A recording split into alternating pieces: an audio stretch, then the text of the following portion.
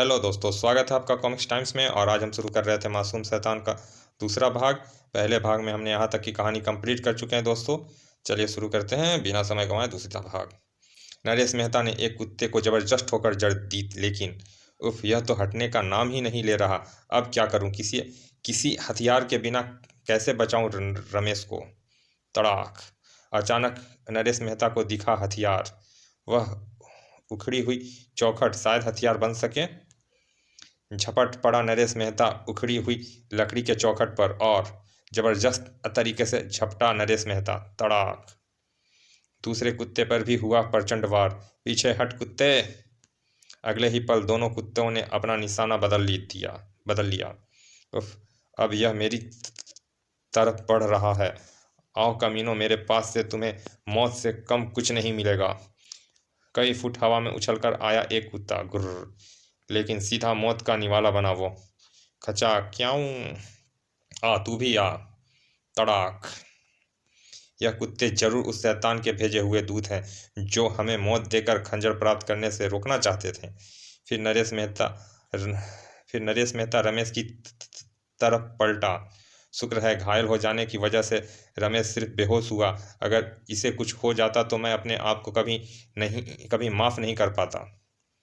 फिर सुध ली उसने उस महत्वपूर्ण काम की जिसके लिए वो यहाँ आया था। इससे पहले वो शैतान मेरे सामने कोई और अड़चन खड़ी करे, मुझे कब्र से वे अभिमंत्रित खंजर प्राप्त कर लेने चाहिए। कब्र तक जा पहुंचा नरेश मेहता और पूरी ताकत लगाकर कब्र के खोलने में जुट गया नरेश। और तब सफलता मिली उसे अपने प्रयास में, जो शीशकारी सी निकल गई उसके मुख से। उफ! कब्र में तो हजारों की संख्या में बिच्छू भरे पड़े हैं। इन बिच्छुओं को हटाए बिना कब्र में हाथ डालने का सिर्फ एक ही मतलब है, मौत। इसीलिए सबसे पहले कब्र से बिच्छुओं को हटाने का इंतजाम करना होगा। और वह इंतजाम है बेहोश पड़े रमेश के पास। नरेश मेहता रमेश की तरफ लपका। यह लाइटर! रमेश की जेब से लाइटर निकली।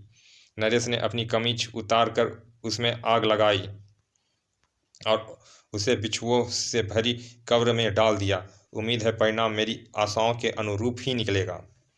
एक पल बाद ही नरेश मेहता की बाछें खिल गई। आग की वजह से बिच्छू कब्र से निकल कर भाग रहे हैं। कुछ पल बाद ही कब्र में बिच्छुओं की जगह एक कंकाल नजर आने लगा। यह है गंटीरा की लाश, जिसे वक्त के थपेड़ों ने कंकाल में बदल दिया। और वे रहे उसकी खोपड़ी में धंसे अभिमंत्रित खंजर। धड़कते दिल से नरेश मेहता ने झुककर तीनों अभिमंत्रित खंजर कंकाल की खोपड़ी से बाहर खींच लिए। ठीक उसी क्षण बाहर भीषण रूप से बिजली कड़क उठी। कड़ कड़ कड़ कड़ कड़, जिसकी छाप उस चेहरे पर साफ नजर आ रही थी। लेकिन उस जंगबाज पर उसका कतई असर नहीं हुआ था जिसका नाम था नरेश मेहता। तीनों अभिमंत्रित खंजर मैंने प्राप्त कर लिए हैं। अब उस मासूम शैतान की खैर नहीं, लेकिन अब ऐसा करने के लिए मुझे सुबह का इंतजार करना होगा, क्योंकि इस समय नरेश को किसी डॉक्टर के पास पहुंचाना बहुत ज़रूरी है। जल्दी ही एक प्राइवेट नर्सिंग होम में। डोंट वेरी मिस्टर नरेश, आपके फ्रेंड के जख्म ज़्यादा गहरे नहीं हैं, इन्हें जल्दी ही होश आ जाएगा। Thank you, thank God. अगले दिन सन्नी की जीवन लीला समाप्त करने के लिए उससे यहाँ से दूर ले जाना जरूरी है, और उसके लिए मुझे एक बार फिर उसका अपहरण करना होगा। नरेश मेहता के सभी मंसूबे उस समय धरे के धरे रह गए जब उसे बंगले के अंदर पहुंचकर पता चला कि भैया तो भाभी और सनी के साथ शिव मंदिर गए हैं। शिव मंदिर? अब शिव मंदिर पहुंचकर सनी को उड़ाने का कोई प्लान बनाना होगा। तुरंत ही नरेश मेहता शिव मंदिर के लिए रवाना हो गए। शिव मंदिर जब सनी ने एक हंगामा खड़ा किया हुआ था। ओं ओं ओं टन टन। रमेश गुप्ता के साथ वहां उपस्थित हर व्यक्ति हैरान था। आप मंदिर की तरफ कदम बढ़ाते हैं और यह बच्चा बुरी तरह चीख पुकार मचाने लगता है। आखिर चक्कर क्या है? मेरी समझ में भी कुछ नहीं आ रहा। जाने इसे क्या हो गया है। लगता है मंदिर में बजती घंटियां और यहाँ की भीड़ को देखकर यह बच्चा बुरी तरह डर गया है, इसीलिए यह शायद मंदिर में नहीं जाना चाहता। बिल्कुल ऐसा ही लगता है। एक ने दी वह अमूल्य सलाह, अगर ऐसी बात है भाई साहब तो आप इस बच्चे को यहीं छोड़कर भगवान के दर्शन क्यों नहीं कराते। हाँ, यह ठीक रहेगा। सनी का ख्याल रखना रघु। अच्छा साहब। अपने नए नौकर रघु के पास सनी को छोड़कर प्रोफेसर गुप्ता अपनी पत्नी के साथ मंदिर की तरफ बढ़ गए। तब सनी को झटपटाना खत्म हुआ। कमाल का बच्चा है। कई दिनों से रघु ऐसे ही किसी मौके की तलाश में था, क्योंकि क्योंकि मैं हड़पना चाहता हूँ सनी के गले में पड़ी यह सोने की चैन। और और आज मिले इस सुनहरे अवसर को मैं अपने हाथों से हरगिज नहीं जाने दूंगा। सनी को लेकर रघु मंदिर से खिसक लिया और प्रवेश कर गया सुनसान गली में। इसके गले से चैन निकाल लेने के बाद इसे फेंकने के लिए यह सुनसान जगह एकदम ठीक रहेगी। क्या वह गली सचमुच सुनसान थी। आखिर रघु सनी को इस गली में लेकर करना क्या चाहता है, आखिर क्या इरादा है इसके। एक पल बाद ही रघु ने अपने इरादे जाहिर कर दिए। ला भाई, यह सोने की चैन हमें दे दे। सनी के गले से चैन उतारने में व्यस्त रघु का हाथ सनी के बालों में अटक कर रह गया। उसकी उंगलियां सनी के सिर पर उभरे खंजर के निशान को महसूस करने लगी। यही वह पल था जब जमाने भर की हिंसकता लड़के की आंख में नाच उठी।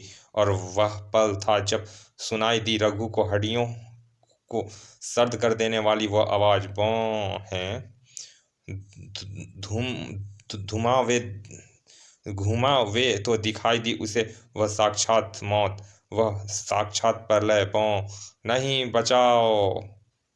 फचाक आइया। लेकिन उसकी मौत आई आई लेकिन जिसकी मौत आई हो उसे बचा सका है कोई भला। साढ़ की उस जबरदस्त टक्कर से सनी रघु के हाथ से छिटक कर कई फुट ऊपर उछला गया, लेकिन उस मासूम के कठोर धरातल से टकराने से पहले ही कैच कर लिया उन दो हाथों ने। सनी को कैच करने वाले वे हाथ नरेश मेहता के थे, जिसकी आंखों में था दहशत और खौफ का जबरदस्त जलजला, क्योंकि क्योंकि उन्होंने देखा वो खौफनाक और हैलानक मंजर। सड़क पर खड़े लोगों का भी इस दृश्य को देखकर बुरा हाल था। उफ, हे भगवान, इतना खौफनाक दृश्य। लोग के साथ ही नरेश मेहता के जिस्म में भी झुरमुरी की का तूफान झुरझुरी का तूफान दौड़ गया। उफ, आखिर इस दरिंदे ने एक और इंसान को अपनी दरिंदगी का शिकार बना लिया। लेकिन अब ऐसा नहीं होगा। अब कुछ ही पल में तीनों अभिमंत्रित खंजर इसके शरीर में घोंपकर मैं इसका किस्सा खत्म कर दूंगा। आज इससे मौत के मुंह में जाने से कोई नहीं बचा पाएगा। कुछ ही देर बाद नरेश मेहता सनी को लेकर शहर के इस सुनसान हिस्से में पहुंच चुका था। यह जगह एकदम उपयुक्त है इसकी मौत के लिए, लेकिन इससे मौत देने से पहले मैं अपने एक संदेह की पुष्टि कर लेना चाहता हूँ। देखना चाहता हूँ मैं कि इसके सिर पर 3 अभिमंत्रित खंजर के निशान है भी या नहीं। सनी के बालों में खेलती नरेश मेहता की उंगलियां उस समय फ्रीज होकर रह गई जब महसूस हुआ निशान अभिमंत्रित खंजर के निशान। रोमांचित हो उठा नरेश मेहता। यही है हजारों साल पहले का शैतान राजा घंटीरा, जो एक मासूम के रूप में आ पहुंचा आज के युग में। लेकिन इससे पहले कि इसकी शैतानी लीलाएं परवान चढ़े, मैं इसे खत्म कर देता हूँ।